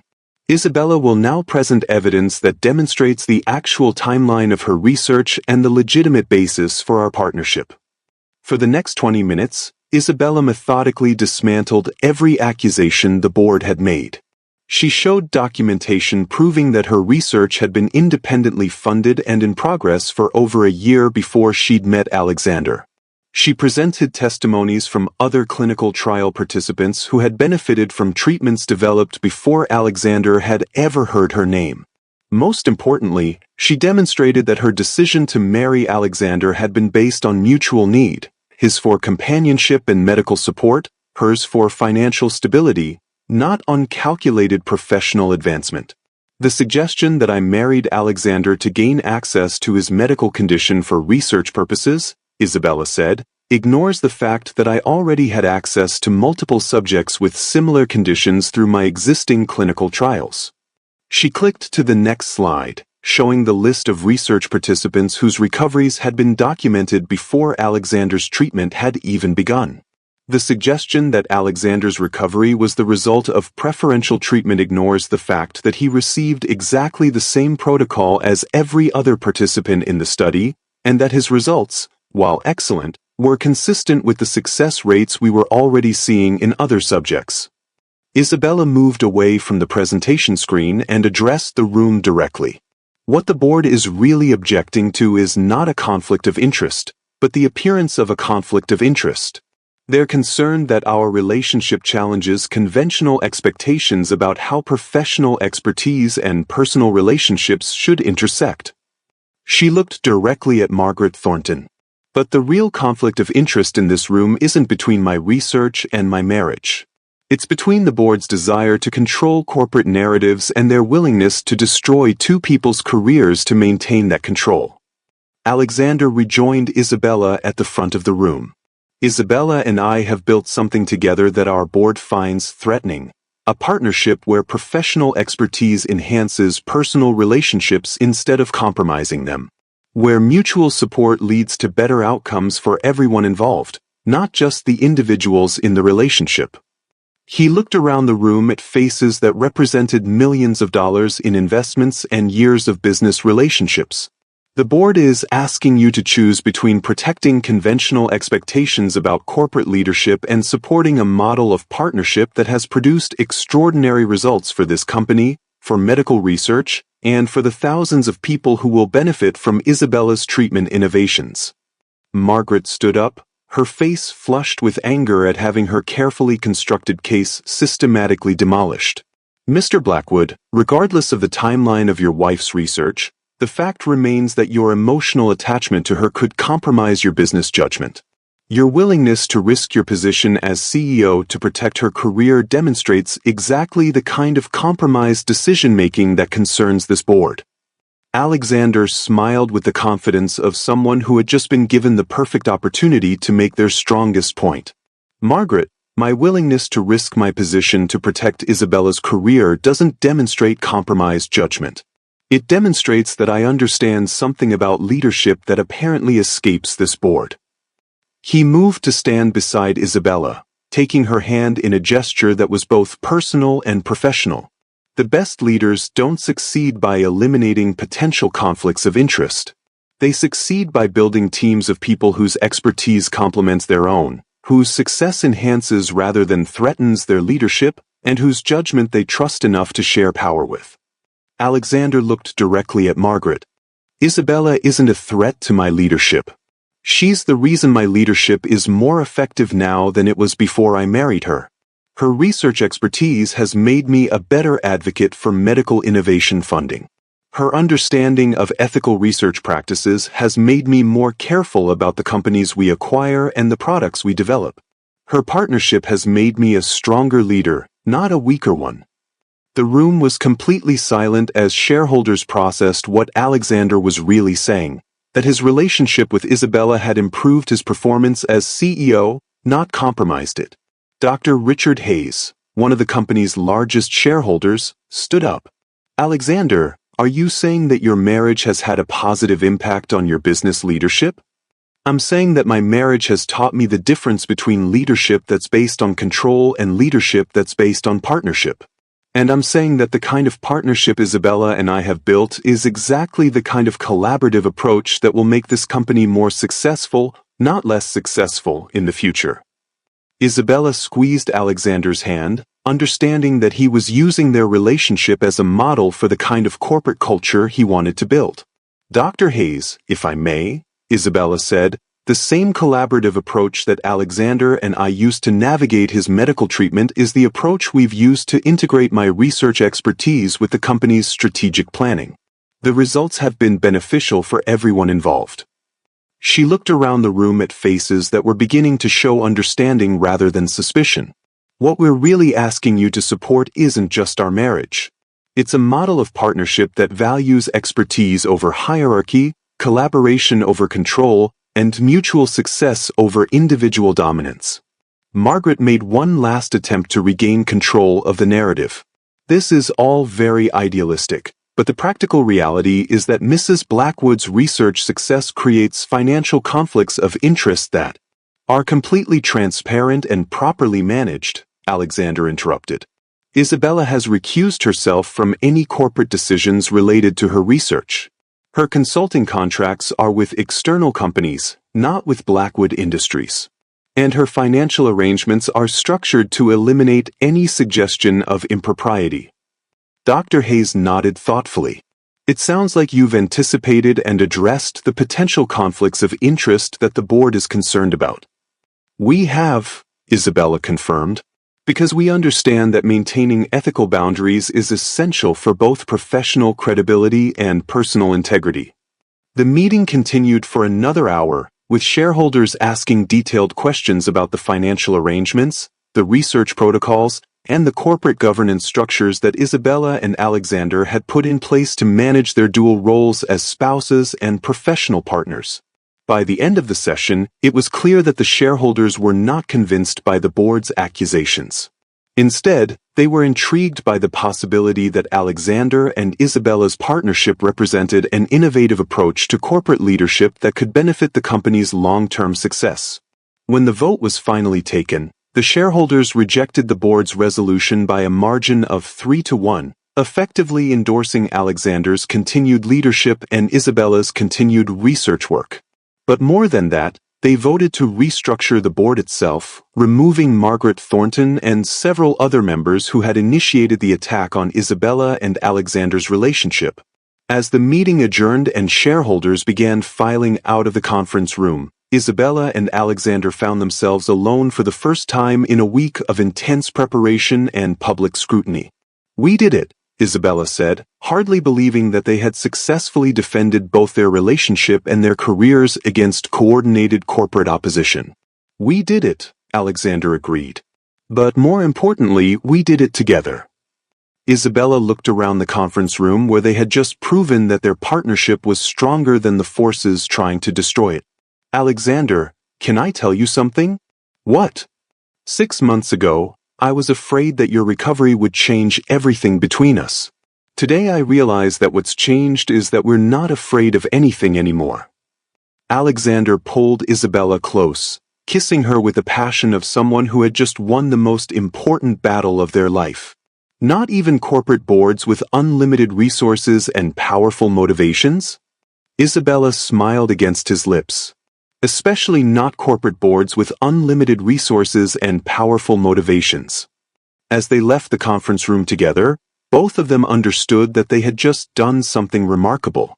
They had proven that love and professional success didn't have to be mutually exclusive, that partnerships could enhance rather than compromise individual achievements, and that the strongest relationships were built not on avoiding conflict but on facing it together. Some couples survive challenges by avoiding them. Isabella and Alexander had learned to thrive by confronting them head-on, as equals, as partners who were stronger together than either of them could be alone. Their contract marriage had become the foundation for a new kind of partnership, one that challenged conventional expectations about love, success, and the courage it took to build something extraordinary with another person. But their biggest test was still ahead. Figuring out how to build a life together that honored both their professional ambitions and their personal love, without sacrificing either for the sake of the other. The morning sun streamed through the floor-to-ceiling windows of the Blackwood Rodriguez Spinal Research Institute, illuminating the state-of-the-art laboratory where Isabella was reviewing the latest clinical trial results. 18 months had passed since the shareholders' meeting that had vindicated their relationship, and the institute that bore both their names had become the leading center for spinal cord injury research in the world. Isabella looked up from her data to watch Alexander walk across the laboratory floor without any assistance, his movements confident and fluid in a way that still amazed her every morning. He was carrying 2 coffee cups and wearing the kind of smile that meant he had good news to share. "Dr. Rodriguez Blackwood," he said, using her professional title with the playful formality that had become their private joke, "I have an update from the FDA." Isabella's heart jumped. They'd been waiting for final approval on the expanded clinical trials that would make their treatment protocol available to patients nationwide. "Tell me," she said, accepting the coffee and studying Alexander's expression for clues. "Full approval. The treatment will be available in certified medical centers across the country starting next month." Isabella felt tears spring to her eyes. After 5 years of research, 2 years of clinical trials, and 18 months of fighting bureaucratic obstacles, their treatment would finally be available to anyone who could benefit from it. "Alexander, do you realize what this means?" "It means that thousands of people who thought they'd never walk again are going to have the chance to recover mobility they thought was lost forever." Isabella set down her coffee and moved to the window overlooking the Research Institute's rehabilitation wing, where patients from around the world came to participate in their treatment programs. "It means we did it," she said quietly. "We actually did it." Alexander joined her at the window, slipping his arm around her waist in the gesture of casual intimacy that had become as natural as breathing. "We did more than develop a treatment, Bella. We proved that the best medical breakthroughs happen when personal investment meets professional expertise." Isabella leaned against Alexander's shoulder, watching physical therapists work with patients who were relearning to walk, just as Alexander had 2 years earlier. "Do you ever think about what would have happened if we'd never met?" she asked. Alexander considered the question seriously. "I think I would have spent the rest of my life managing my paralysis instead of overcoming it. Not because the treatment wouldn't have been developed eventually, but because I wouldn't have had someone who understood both the medical possibilities and the emotional challenges of hoping for something that seemed impossible." Isabella thought about her own trajectory, the financial desperation that had led her to consider a contract marriage, the research that had been stalled for lack of funding and access to patients, the career that had nearly been destroyed by people who couldn't understand how personal and professional excellence could enhance each other. "I think I would have developed the treatment eventually," she said. "But it would have taken years longer, and it wouldn't have been as effective, because I wouldn't have understood the daily reality of living with spinal cord injury in the way that caring for you taught me." Alexander turned Isabella to face him, his hands framing her face with the tenderness of someone who had learned to appreciate every moment of connection. "So what you're saying is that we saved each other?" "What I'm saying is that we were always meant to find each other, even if it took a contract marriage and a medical crisis to make it happen." Their conversation was interrupted by Dr. Sarah Chin, who appeared in the laboratory doorway with an expression of barely contained excitement. "Isabella, Alexander, you need to see this." She led them to the Institute's conference room, where a video call was set up with Dr. James Patterson from the Mayo Clinic. "Dr. Rodriguez Blackwood," Dr. Patterson said from the screen, "I'm calling to inform you that the International Spinal Cord Research Foundation has selected your treatment protocol as this year's recipient of the Henderson Award for Medical Innovation." Isabella felt the room spin slightly. The Henderson Award was the most prestigious honor in spinal cord injury research, recognizing breakthroughs that had the potential to transform treatment for millions of patients worldwide. "Dr. Patterson, I'm honored, but I need to clarify something. This research was a collaborative effort between myself and the entire team here at the Institute. Alexander's insights as both a patient and a research partner were essential to the treatment's development." Dr. Patterson smiled. "Dr. Rodriguez Blackwood, that's exactly why the award is so significant this year.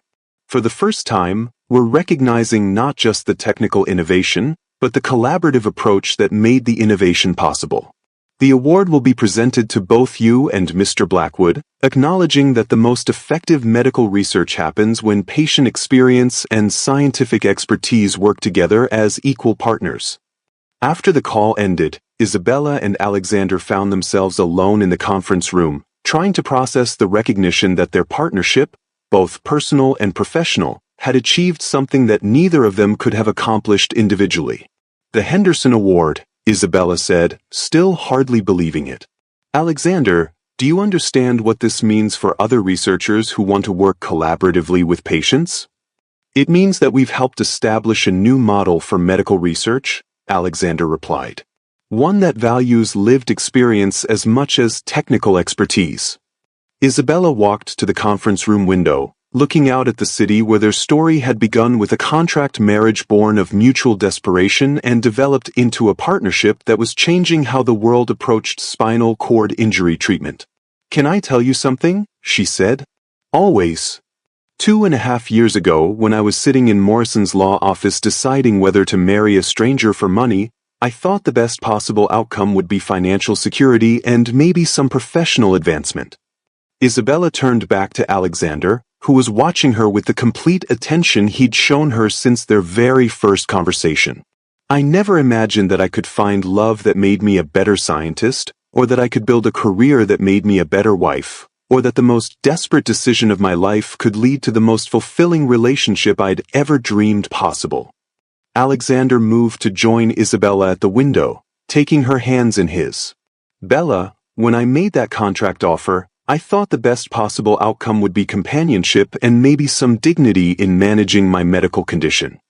He lifted her hands to his lips, kissing her knuckles with the same tenderness he'd shown her on the morning they decided to forget their 18-month timeline and see where their relationship could lead. "I never imagined that I could find love that made me braver, or that I could recover not just my physical capabilities but parts of my personality I thought I'd lost forever, or that the loneliest period of my life could become the foundation for the strongest partnership I'd ever experienced. Isabella felt tears starting again, but this time they were tears of gratitude rather than relief or fear.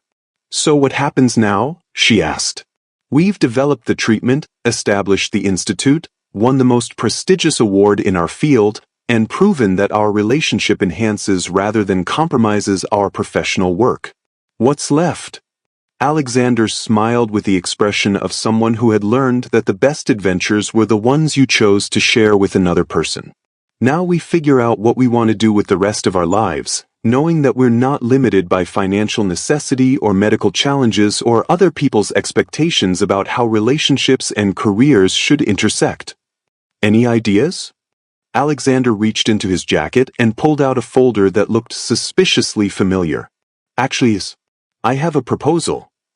Isabella laughed, recognizing the formal presentation style that had characterized their original contract negotiation. "Are you seriously going to propose to me again?" "I'm going to propose that we expand the institute internationally. Treatment centers in London, Tokyo, Sao Paulo, Mumbai, anywhere there are people who could benefit from what we've developed together." Isabella looked at the expansion plans Alexander had obviously been working on for weeks, detailed budgets and facility specifications and partnership agreements that would bring their treatment to patients around the world. "Alexander, this would be a massive undertaking. Years of travel, setting up new research facilities, training medical teams in different countries.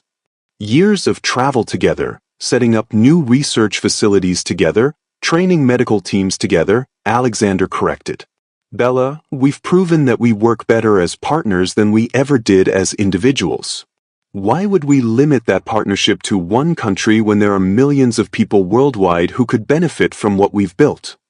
Isabella studied the expansion plans, seeing not just the professional opportunity but the personal adventure Alexander was offering her. "You want to spend the next phase of our lives bringing hope to people who thought recovery was impossible. I want to spend the next phase of our lives doing work that matters, with the person who makes every challenge feel manageable and every success worth celebrating." Isabella looked at this man who had started as a desperate billionaire needing medical care and had become her equal partner in both love and professional achievement. "Alexander Blackwood, are you asking me to travel the world with you, building medical facilities and changing lives and probably falling more in love with you in every new city we visit?" "Isabella, yes, Blackwood, that's exactly what I'm asking." Isabella threw her arms around Alexander's neck, kissing him with the passion of someone who had learned that the best love stories weren't about finding someone perfect. They were about finding someone perfect for you, and then building something together that was bigger than either of your individual dreams. "Yes," she said against his lips. "Yes to the international expansion, yes to the worldwide adventure, yes to spending the rest of our lives proving that love and professional success make each other stronger instead of weaker." As Alexander lifted Isabella off her feet and spun her around the conference room where they just learned that their work was being recognized as revolutionary, she realized that their story had come full circle. It had started with two people who needed each other for survival, she for financial security, he for medical care and companionship. It had developed into two people who chose each other for love, despite the complications and challenges that choice created. And now it had become two people who were building something together that would outlast both of them, helping thousands of other people discover that recovery was possible, that hope was realistic, and that the most important breakthroughs happened when people were brave enough to trust each other completely. 5 years later, the Henderson Award ceremony in Geneva was attended by researchers, physicians, and patients from around the world, but Isabella's attention was focused on the couple sitting in the front row of the audience. Maria Santos was 24 years old and had been paralyzed in a car accident 2 years earlier. Her husband Carlos had learned to provide the kind of medical care and emotional support that Isabella remembered from her own early days with Alexander. 6 months ago, Maria had become the first patient to complete the full treatment protocol at the Blackwood Rodriguez Institute's Geneva facility. Today, Maria walked across the stage to accept a research fellowship award, her movements confident and fluid, her husband beaming with pride as he watched her achieve dreams that had seemed impossible just 2 years earlier. "They remind me of us," Alexander whispered to Isabella as they applauded Maria's achievement. "They remind me of what's possible when two people refuse to let impossible circumstances define their future," Isabella replied. After the ceremony, Isabella and Alexander found themselves surrounded by patients, families, and medical professionals whose lives had been changed by the treatment protocols developed at their institutes around the world. Dr. Kim Lee from the Seoul facility reported on breakthrough results with pediatric patients. Dr. Emmanuel Okafor from the Lagos Center described innovative adaptations for patients with limited access to advanced medical technology. Dr. Sophie Martin from the Paris Institute shared data on long-term recovery outcomes that exceeded even their most optimistic projections.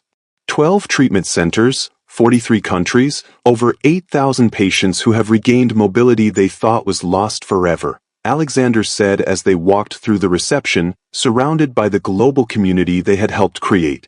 And thousands of partnerships like ours, patients and caregivers, researchers and subjects, couples who've learned that facing challenges together makes both people stronger, Isabella added. As the evening wound down and they returned to their hotel suite overlooking Lake Geneva, Isabella found herself thinking about the contract marriage that had started their journey together. "Alexander," she said as they stood on the balcony watching the lights reflect on the dark water, "do you remember what you wrote in that original contract about the 18-month timeline?" "I remember that we decided to ignore the 18-month timeline about 6 months into the arrangement." "Do you remember why?" Alexander pulled Isabella closer, his arms encircling her waist in the gesture of casual intimacy that had become as essential as breathing. "Because we realized that some partnerships are too valuable to limit with arbitrary endpoints." Isabella leaned back against Alexander's chest, feeling the steady rhythm of his heartbeat and the strength in his arms that had returned with his recovery but had always been present in less obvious ways. "I think we've proven that theory pretty conclusively. I think we've proven that the best love stories aren't about finding someone who completes you," Alexander said, "but about finding someone who inspires you to become the most complete version of yourself." Isabella turned in Alexander's arms, looking into the face of the man who had been her patient, her partner, her husband, her research collaborator, and her greatest adventure. "Alexander Blackwood, 5 years ago you offered me a contract marriage for 18 months in exchange for medical care and companionship. And today I want to offer you a different kind of contract." Isabella smiled with the joy of someone who had learned that the most important promises were the ones you chose to make every day, not just once. "I want to offer you a lifetime partnership for the rest of our lives, in exchange for the chance to keep building something extraordinary together." "What kind of extraordinary something?" "The kind where we change the world a little bit every day, where we love each other a little bit more through every challenge, and where we prove that the most impossible dreams are just the ones that require two people working together instead of one person working alone." Alexander kissed Isabella with the passion of someone who had learned that true love wasn't about finding someone perfect, it was about finding someone perfect for you, and then choosing to build perfection together, one honest decision at a time. "Isabella Rodriguez Blackwood," he said against her lips, "I accept your terms. Some love stories end with happily ever after. The best ones end with happily ever after, and they kept choosing each other every single day, building something beautiful and lasting and bigger than either of them had ever dreamed possible." Isabella and Alexander had built that kind of love story, one contract, one recovery, one breakthrough, and one day at a time. This story was inspired by everyone who has ever had to redefine what love looks like in the face of unexpected challenges, everyone who has discovered that the strongest partnerships are built on mutual support and shared growth, and everyone who believes that the most important breakthroughs happen when we're brave enough to trust each other with our most vulnerable truths. Thank you for watching this story to the end. If you enjoyed this story, you will surely love the next one. It's as crazier and more intriguing as you can ever imagine. So do check it out. Click on the image showing on your screen right now to watch the next one.